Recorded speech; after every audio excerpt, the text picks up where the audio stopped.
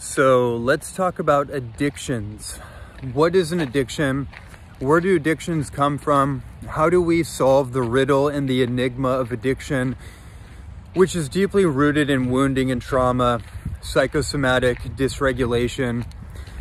What an addiction really is an external coping mechanism that we use for one reason or another. It's usually as some form of pain relief, pressure relief, anxiety relief, some internal state that we feel dysregulated with.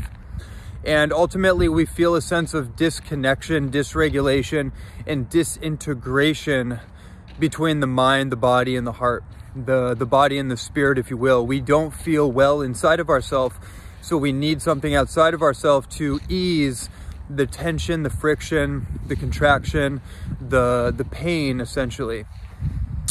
And pain comes in many different forms, right? You have psychological pain, mental pain, psychological agitation, negative thought forms. You have physiological pain, you have digestive pain, inflammatory pain, nerve pain, different things of this nature. You have emotional pain, trauma looping, agitation. And then you also have other pains like the pain of boredom, believe it or not. Finding ourselves bored and not knowing what to do with ourselves and what to do with our time and our energy, where to put our time and our energy. That's a type of pain that most people don't recognize, and obviously it doesn't go diagnosed. It gets diagnosed into some other thing. And that's something that we want to look at too, because when it comes to addictions, a lot of times we're just reaching outside of ourselves to fill in the space, to fill in the void, to fill our space up with something, because we can't deal with the pain of having to sit with ourselves, having to feel into our own being, having to just like witness our own self, and then come up with a game plan of what would I do with myself if I felt more comfortable in my skin, if I felt more comfortable and at home in myself. So then we reach outside of ourselves for some kind of mechanism, some kind of coping strategy to numb, sedate, tranquilize, and to medicate the sensations within ourselves that maybe are uncomfortable. Maybe we don't want to deal with it. We don't know how to deal with it. We were never taught how to deal with it.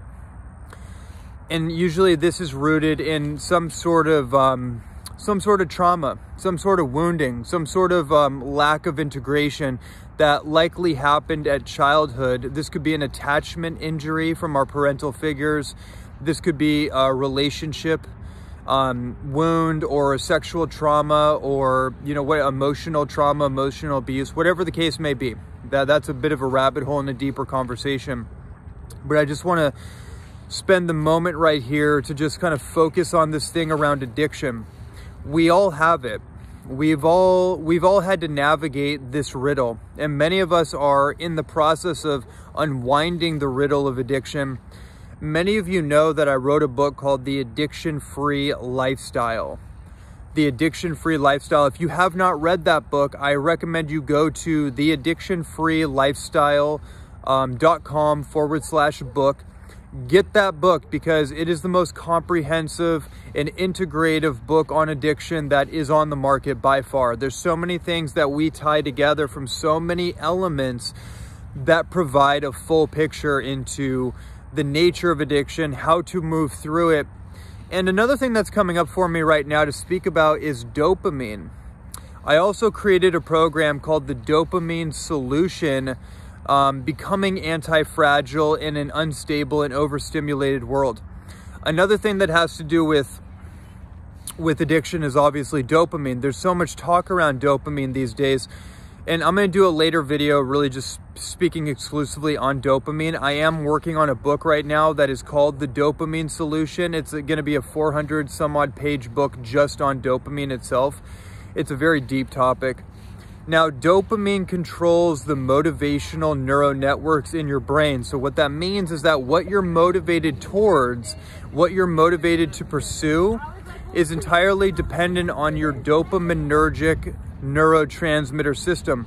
So if you're motivated towards short-term immediate gratification behavior that triggers the reward and pleasure centers of the brain and provides immediate stimulation, immediate pleasure, and immediate gratification, but at the expense of long-term results, long-term happiness, long-term health and fulfillment, then that means the dopaminergic system has been trained and primed to seek out pleasure as a way to avoid pain, as a way to avoid the discomfort that comes with working towards our long-term goals. And then ultimately what happens is that your dopamine system does not have the capacity, it doesn't have the fuel, it doesn't have the power to pursue long-term goals, and you encounter something called limbic friction. We might also call that resistance. It's a deep topic, one that I'll break down and unpack in a later video. This dopamine thing is so important. It's the number one thing. The last video I talked about was standing guard at the gateway of your mind, understanding the psychic influences that are penetrating our noosphere, our psychic realm, our mind. Dopamine is the access point for all these things. Dopamine is the access point for these external energies to impregnate into our mind and create negative thought forms that may or may not be ours. So you have to get a handle on the dopamine system and do some sort of dopamine reset. Doing the dopamine reset program is a great idea. Reach out to me for more information. I'm going to cut this video off now just for time purposes, but I just want to kind of come back to the point around addiction. All an addiction really is, and is an external coping mechanism, an external coping strategy, because there's something within us that we're trying to medicate or we're trying to solve. And we have to go deeper than that.